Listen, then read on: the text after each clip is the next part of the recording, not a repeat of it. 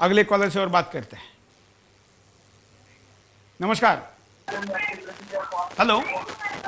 Hello. हाँ बोलिए। हाँ जी। हाँ, क्या कहना है आपको? हेलो। हाँ बोलिए। शायद कॉलर तक हमारी आवाज नहीं पहुंच रही।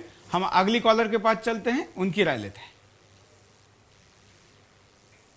नमस्कार। हाँ बोलिए। हेलो। शायद कॉलर से तकनीकी कारणों से संपर्क नहीं हो रहा है।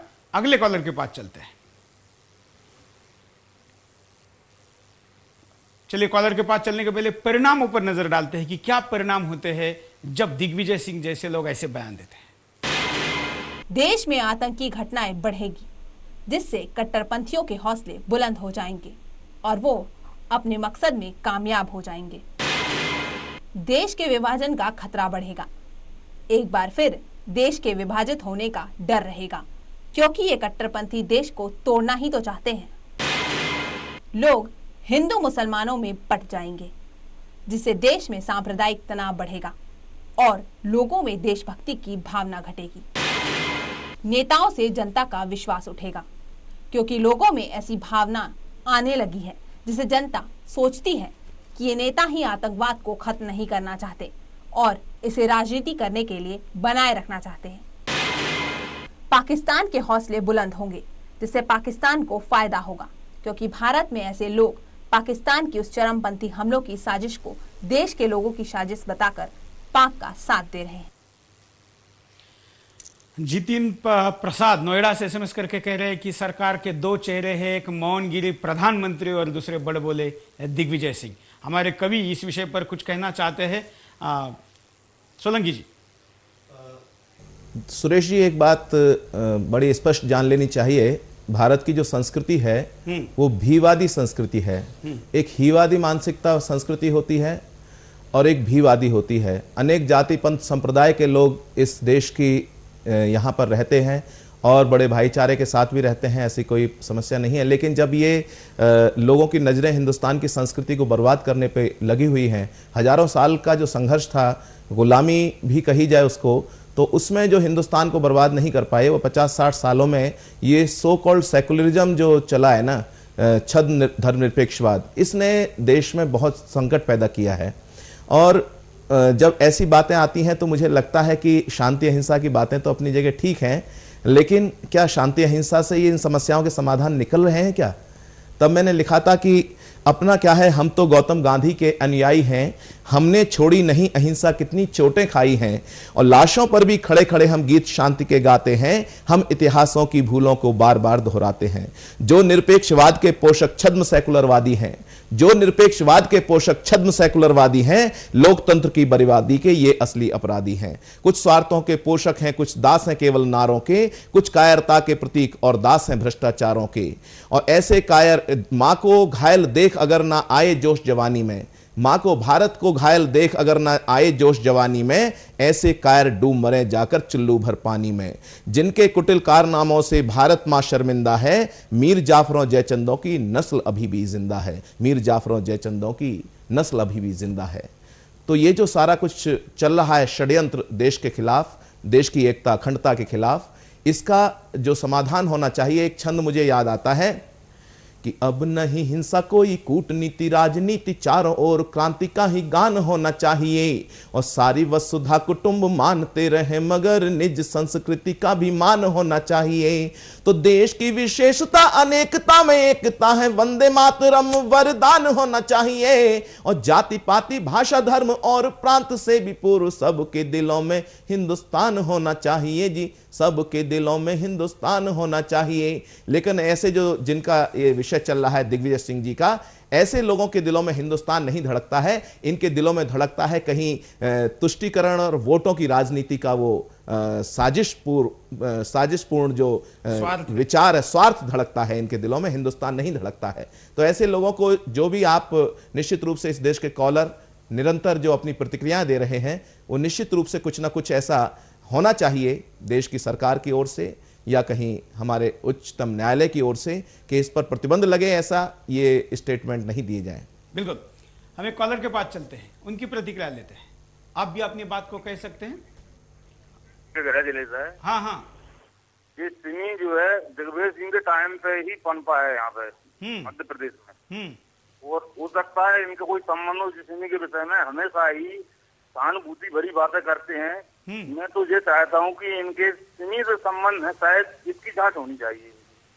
अच्छा, इन्होंने जो है हमेशा मुसलमान बात हिंदू बात बोला है, हमेशा सिमी के प्रति सहानुभूति जताई है। और अपने पास में एक सिरोंज नामक ग्राम, उसमें तो इन्होंने ये भी कह दिया था कि मुझे हिंदुओं के वोटों की जरूरत नहीं। अच्छा, हाँ, चुनाव के टाइम पर इन्होंने बोला था, और इसलिए हमने इनको निकाल भी दिया यहाँ से। लेकिन न जाने दिल्ली के लोगों को क्या पूछती है, तो इनको वहां पर ले लिया इन लोगों ने। आप कहाँ से बोल रहे हैं? मैं दिग्विजय सिंह के गृह जिले गुना जिले से बोल रहा हूँ। अच्छा, गुना से। ये गलती से हमारे स्क्रीन पे गया आ रहा है, मतलब आप मध्य प्रदेश के गुना डिस्ट्रिक्ट जहां से दिग्विजय सिंह आते हैं वहां से बोल रहे हैं? हाँ जी, उसी जिले से बोल रहा हूँ, राधोगढ़ के पास ही है गुना। बिल्कुल, धन्यवाद। आप देख रहे हैं कि आंखों देखी, या यूं कहे कि खुद साक्षी है अपने पड़ोसी दिग्विजय सिंह के पड़ोसी खुद क्या कह रहे हैं, आप देख सकते हैं। आज देश के कोने कोने से जो कॉल आए, उसके साथ ये कॉल भी उतना महत्वपूर्ण है जो दिग्विजय सिंह के आंखों देखी को बयां करता है। हम उपायों पर नजर डालते हैं कि क्या उपाय हो सकता है। दिग्विजय सिंह बयानबाजी करना बंद करें, जिससे लोगों में ऐसी भावनाएं न आए कि दिग्विजय सिंह देश को तोड़ना चाहते हैं। कांग्रेस नेतृत्व दिग्विजय सिंह पर कमान कसे, क्योंकि कांग्रेस नेतृत्व के ऐसा न करने से लोगों में भावना आती है कि ये कांग्रेस की नीति है। इसके बारे में नेतृत्व अपनी राय बताए। सरकार भी ऐसे लोगों पर कार्यवाही करे, क्योंकि अगर सरकार ऐसे लोगों पर कार्यवाही नहीं करेगी तो ये लोग देश की जनता को बेवकूफ बनाते रहेंगे और लोगों को आपस में लड़ाते रहेंगे। मीडिया ऐसे लोगों का पर्दाफाश करे, क्योंकि इन लोगों की बयानबाजी समाज और देश के लिए खतरनाक होती है, जिससे ये लोग राजनीति के साथ साथ अपने अंदरूनी मामलों में भी कामयाब हो जाते हैं। हम चलते हमारे आज के विशेष अतिथि कवि जी के पास। सोलंकी जी, आपका इस कार्यक्रम के अंत में क्या संदेश है? एक तो ये कहना चाहता हूँ, किसी शायर की मुझे बहुत अच्छी पंक्तियां याद आती हैं कि वतन के कातिलों को इस तरह खद्दर छिपाती है। किसी शायर ने लिखा है कि वतन के कातिलों को इस तरह खद्दर छिपाती है, तवायफ सुबह जैसे रात का मंजर छिपाती है। मुनासिब है कि कल को मुल्क में भी इनकलाब आए, मुनासिब है कि कल को मुल्क में भी इनकलाब आए।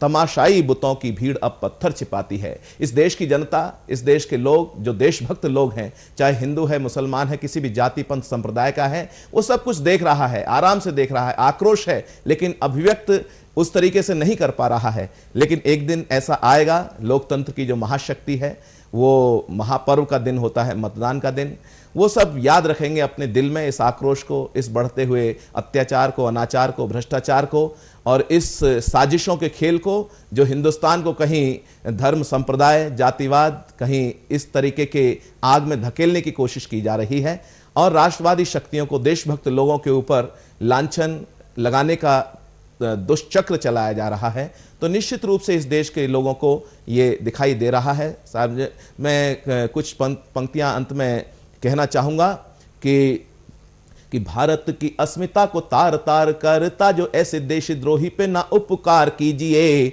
और चाहे कोई हो गुलाम, चाहे कोई बादशाह, गद्दार को गद्दी से तुरंत उतार दीजिए, और उग्रवादियों को क्षमा दान की जो करें बात, गोली उनके भी वक्ष में उतार दीजिए जी, गोली उनके भी वक्ष में उतार दीजिए।